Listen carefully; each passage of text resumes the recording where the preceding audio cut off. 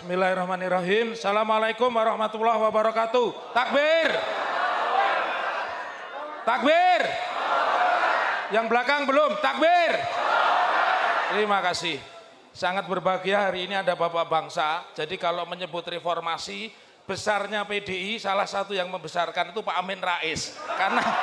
Karena tahanan politik dilepas juga di masanya Pak Amin Rais. Ya. Di sini banyak sahabat saya.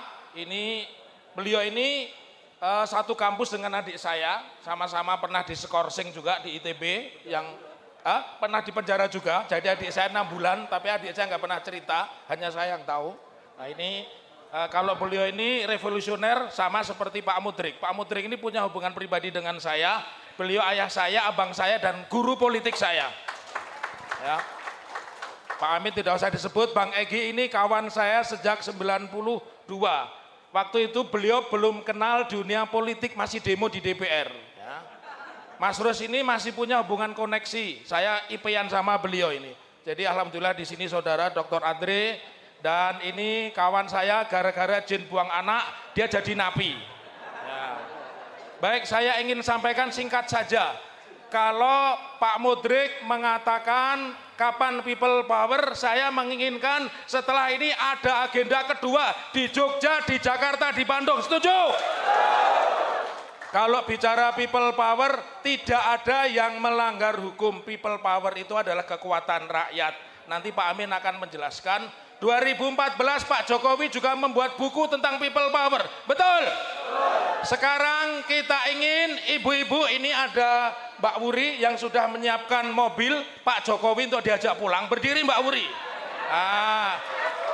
Ini namanya Wuri Baret. Kalau viral di media sosial yang mau membelikan tiket, Mbak Wuri, aku urunan bayar dewe. Ya.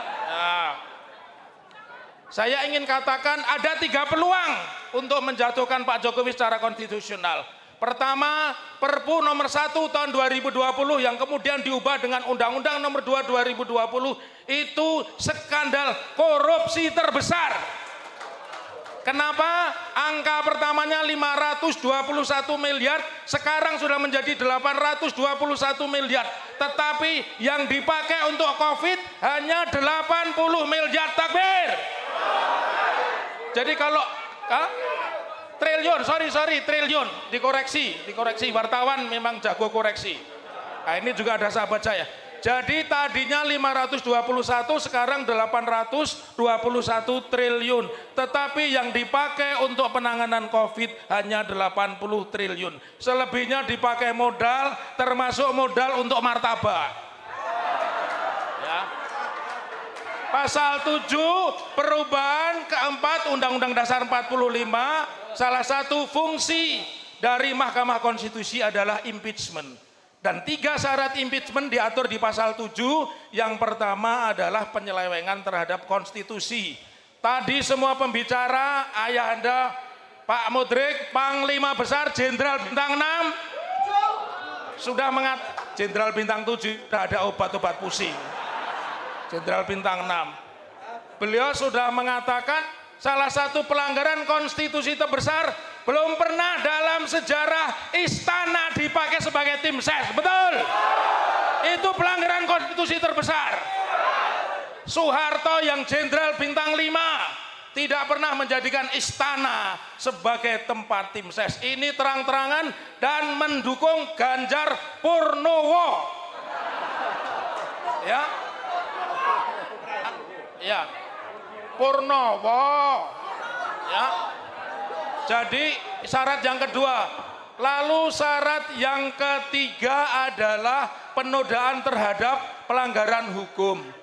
Mahkamah Konstitusi sudah mengatakan Perpu tentang Omnibus Law itu harusnya 2 tahun diperbaiki. 2 tahun tidak kunjung diperbaiki, ternyata justru menerbitkan undang-undang baru. Ini penyelewengan dan pelanggaran hukum. Jadi 3 hal itu yang bisa menjadikan Pak Jokowi masuk ke penjara. Sepakat? Lalu bagaimana skenarionya? Ini apa enggak?